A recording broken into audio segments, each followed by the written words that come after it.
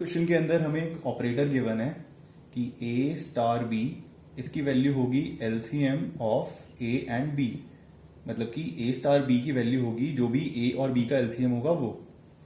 तो इसके first part के अंदर हमें वैल्यू निकालनी है 5 स्टार 7 की और 20 स्टार 16 की। इन दोनों की हमको वैल्यू निकालनी है। तो सबसे पहले हम निकालेंगे 5 स्टार 7 की वैल्यू, यानी कि 5 और 7 का एलसीएम। तो हम एलसीएम कैसे निकालते थे? हम पहले एक नंबर को फैक्टराइज करते थे। हम ऐसे लिखते थे 5 equals to 5 into 1, 7 equals to 7 into 1।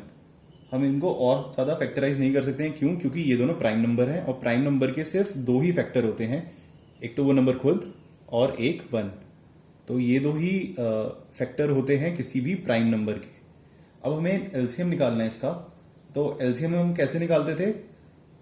जो नंबर है जो रिपीट नहीं हो रहे नंबर हम वो सारे लिख देते थे, जैसे कि 5 और 7 कॉमन नहीं है इसके अंदर।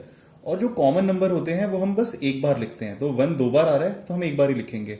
तो इसका एलसीएम हो जाएगा 5 इंटू 7 इंटू 1, यानी कि 35। तो 5 स्टार 7 इसकी वैल्यू आ जाएगी 35। अब हम इसकी वैल्यू निकालेंगे 20 स्टार 16 की। अगेन हम इसको ऐसे लिखेंगे, 20 को हम लिख सकते हैं 2 इंटू 2 इंटू 5। मैंने कैसे निकाला ये? मैंने ऐसे किया, देखो 20 इसको फैक्टराइज किया मैंने। तो सबसे पहले हम 2 से डिवाइड करेंगे, तो 2 इंटू 10 20 होता है। फिर अगेन हम 2 से डिवाइड करेंगे तो 2 इंटू 5। तो जो इसके फैक्टर्स बने वो कुछ ऐसे बने, 2 इंटू 2 इंटू 5। तो वही यहां पर मैंने लिखा था। इसी तरह से हम 16 के फैक्टर निकालेंगे।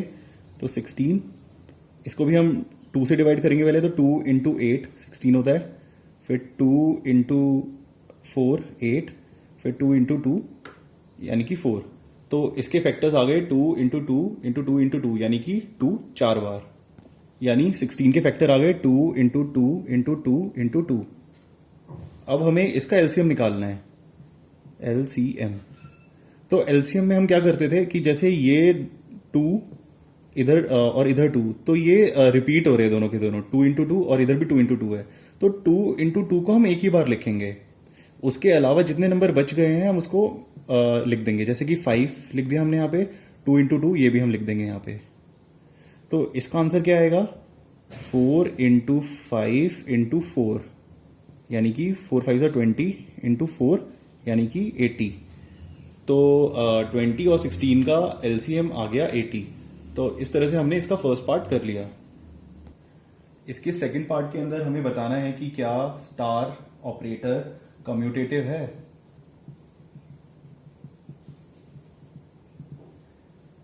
तो हमें पता है कि अगर हम a स्टार b, मतलब अगर हम a और b का एलसीएम निकालें या फिर हम b और a का एलसीएम निकालें तो सेम वैल्यू आएगी। कैसे? जैसे अभी हमने किया था 16 का और 20 का, इसका हमने एलसीएम निकाला था तो 80 आंसर आया था। अगर हम 20 और 16 का एलसीएम निकालते तो इसका आंसर भी 80 आता। तो clearly a star b equal होगा b स्टार a के। क्यों? क्योंकि LCM of a comma b ये इक्वल होगा LCM of b comma a के। इसलिए ये ऑपरेटर कम्यूटेटिव है। थर्ड पार्ट के अंदर हमें बताना है कि ये ऑपरेटर एसोसिएटिव है या नहीं। तो एसोसिएटिव की कंडीशन होती है कि a star b star c, मतलब एक बार हम यहां ब्रैकेट लगाते हैं, second time a star b star c, second time हम यहां पे ब्रैकेट लगाते हैं। तो ये दोनों चीजें इक्वल होनी चाहिए। अगर ये दोनों इक्वल है तो इसका मतलब ये ऑपरेटर एसोसिएटिव है। तो अगर हम एलसीएम को चेक करते हैं तो मैं किसी 3 नंबर का एलसीएम अगर निकालूं, जैसे कि 2 5 और 10, अगर मैं इन 3 नंबर का एलसीएम निकालता हूं तो एलसीएम आएगा 10। अब मैं अगर 2 और 5 इनका एलसीएम पहले निकालूं, उसके बाद मैं 10 के साथ एलसीएम निकालूंगा तब भी आंसर 10 आएगा। या फिर अगर मैं 5 और 10 का एलसीएम पहले निकालूं, उसके बाद मैं 2 के साथ उसका एलसीएम निकालूंगा तब भी आंसर 10 आएगा। तो इसका मतलब एलसीएम का जो ऑपरेटर है, मतलब कि a स्टार b ये ऑपरेटर है, ये एसोसिएटिव होगा। क्यों? क्योंकि ये वाली कंडीशन को फुलफिल कर रहा है, इसलिए ये ऑपरेटर एसोसिएटिव है।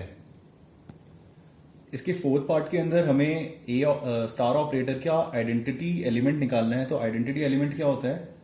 जैसे सपोज ए स्टार आई, ये आई इस ऑपरेटर का आइडेंटिटी एलिमेंट होगा अगर ए स्टार आई इक्वल हो ए के और ये इक्वल हो आई स्टार ए के। तो उस केस के अंदर आई एलिमेंट आइडेंटिटी एलिमेंट होगा स्टार ऑपरेटर का। तो हमें चेक करना है कि इस ऑपरेटर का आइडेंटिटी एलिमेंट क्या होगा। तो हमें किसी भी नंबर के साथ अगर हम एलसीएम निकालेंगे